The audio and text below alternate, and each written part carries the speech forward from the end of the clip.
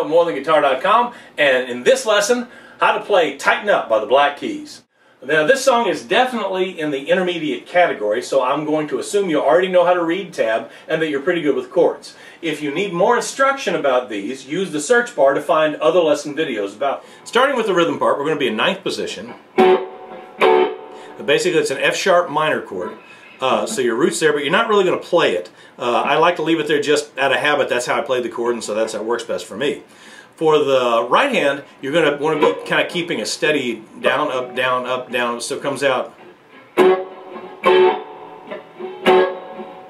That'll keep your tempo steadier than trying to go and then guess when the next one comes in. Okay, to go from that to the C sharp minor, since we're only playing the top 4 strings, all we have to do is pick up a middle finger and a ring finger. You got the right notes. Then to play the B minor, just slide those down 2 frets. Play the same strings. Then you're going to slide back up to the 9th fret and play the C sharp major. Just means putting your middle finger down on the 3rd string, as you see. But you're playing 5, 4, 3, and 2. Give you a deeper sound to it. The whole thing.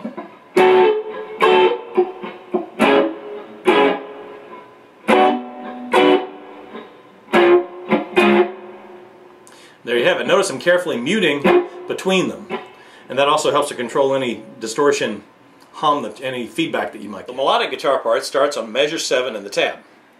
You're going to be in 2nd position. There are a lot of hammer-ons in this song, so if you're not comfortable with them, use the search bar to find the other videos on hammer-ons. The melodic lick that plays under the whistling in the intro and under the second half of several of the verses goes like this.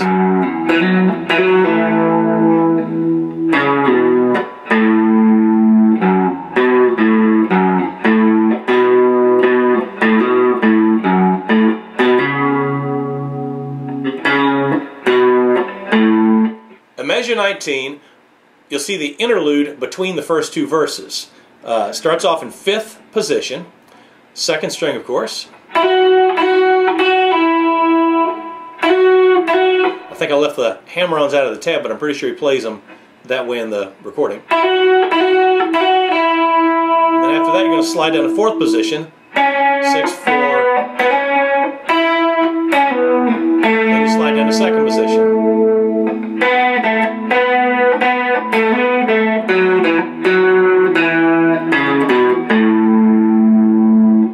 I'll play it again slow.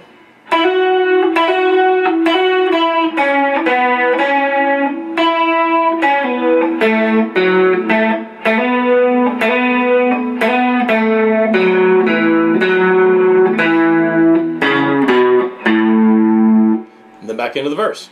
At measure 27, there's a repeat of the low initial melodic part. At measure 32, we have a pattern similar to the one we just learned, but a little bit different. I'm going to show you 2 ways to finger it. One way is the slide, like we just did in the other riff, where we're changing position every measure, or you can hammer on with your pinky, which is another good skill to have.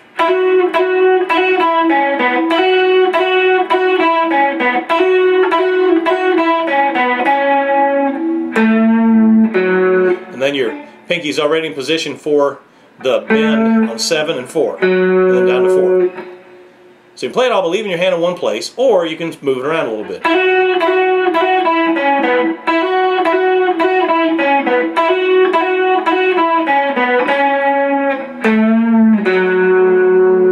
Either way is a good technique. At measure 36, the second half of the musical interlude is very similar to the first half with some changes in rhythm. The fingering is almost identical.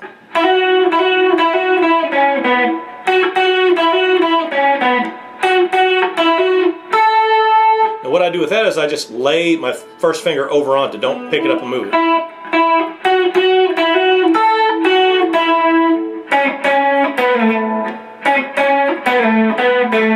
Measure 39, we're going to slide back down to the 2nd position again.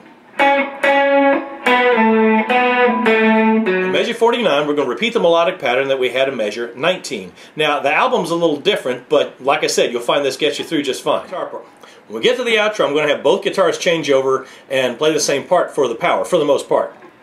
So you're starting off on the same rhythm guitar chord, the F sharp minor that we started with, except instead of playing the down, up, we're going to switch over to all down strokes. Now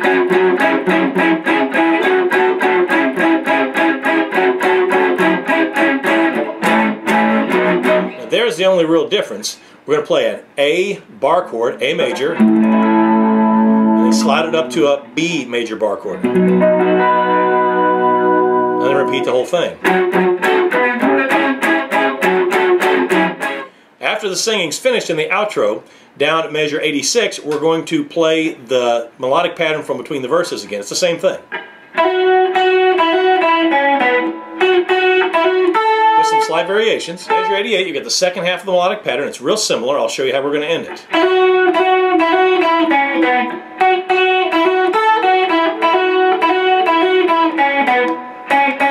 Here's the ending.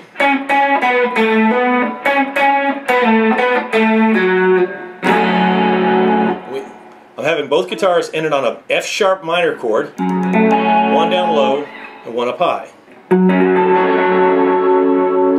You can hold it out,